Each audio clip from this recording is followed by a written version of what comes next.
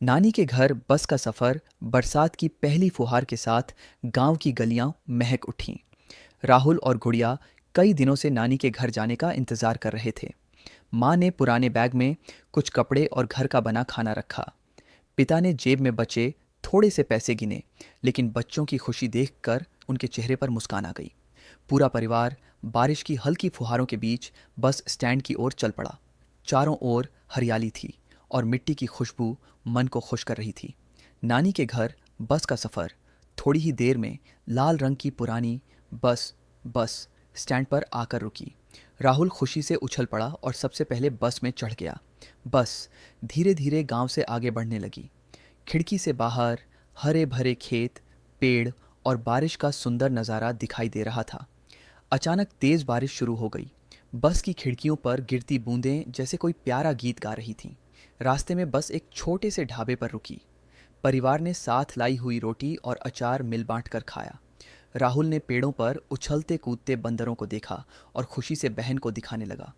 दोनों बच्चों की हंसी पूरे माहौल में गूंज उठी। बस में बैठे एक बुजुर्ग यात्री ने राहुल और गुड़िया को टॉफियाँ दी। माँ ने मुस्कुराकर उनका धन्यवाद किया। कुछ देर बाद बारिश रुक गई। आसमान में सुंदर इंद्रधनुष निकल आया और खेतों की हरियाली और भी खूबसूरत लगने लगी। कई घंटों के सफ़र के बाद बस आखिरकार नानी के गांव पहुंच गई। बच्चों का उत्साह अब और बढ़ गया। बस रुकते ही नानी आंसू भरी आंखों से बच्चों का इंतज़ार करती दिखाई दी। राहुल और गुड़िया दौड़कर नानी के गले लग गए। पूरा परिवार नानी के छोटे से घर के आंगन में एक दूसरे को गले लगाकर खुशी के आंसू बहाने लगा। नानी ने प्यार से गर्मा गर्म पकौड़े और अदरक वाली चाय बनाई। पूरे घर में स्वाद और अपनापन फैल गया। शाम को सभी लोग आंगन में बैठकर बातें करने लगे। बाहर बारिश हो रही थी और अंदर परिवार के साथ बिताए पल हमेशा के लिए यादगार बन रहे थे। रात को लालटेन की रोशनी में नानी ने बच्चों को सुंदर कहानियाँ सुनाईं। कहानी सुनते सुनते दोनों बच्चों की आंखें धीरे धीरे बंद हो गईं। सुबह नानी राहुल और गुड़िया को खेतों में घुमाने ले गईं। ठंडी हवा, चिड़ियों की आवाज़ और हरियाली ने उनका मन खुश कर दिया।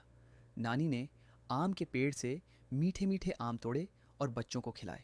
राहुल बोला, नानी, इतने स्वादिष्ट आम मैंने कभी नहीं खाए। कुछ दिन कब बीत गए किसी को पता ही नहीं चला। अब वापस लौटने का समय था।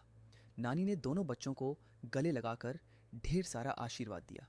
लाल बस धीरे धीरे गांव से दूर जाने लगी। राहुल खिड़की से हाथ हिलाता रहा और नानी बारिश में खड़ी मुस्कुराते हुए उसे देखती रहीं। राहुल ने मन ही मन सोचा, दुनिया की सबसे बड़ी दौलत नानी का प्यार होता है। अगर आपको भी अपनी नानी की याद आ गई हो तो इस कहानी को लाइक करें, शेयर करें और चैनल को सब्सक्राइब करना मत भूलिए। मिलते हैं अगली प्यारी कहानी में।